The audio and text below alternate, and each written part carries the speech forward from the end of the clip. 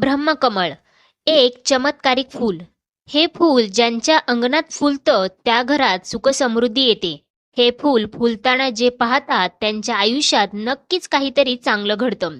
ब्रह्मकमळाच्या रोपाला वर्षातून एकदाच फुलं येतात आणि हे फूल रात्रीच फुलतं.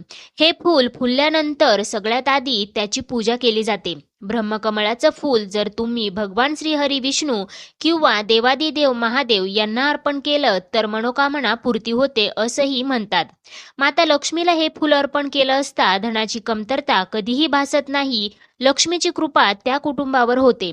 पण ब्रह्मकमळाबद्दल एक मूळ गोष्ट तुम्हाला नक्कीच माहीत नसेल. ब्रह्मकमळाचं जे मूळ फूल आहे ज्यातून ब्रह्मदेवांचं प्रकटीकरण झालं होतं असं म्हणतात ते फक्त हिमालयाच्या भागातच आढळतं. तिथलंच हवामान या वनस्पतीला मानवतं. इतरत्र कुठेही हे ब्रह्मकमळ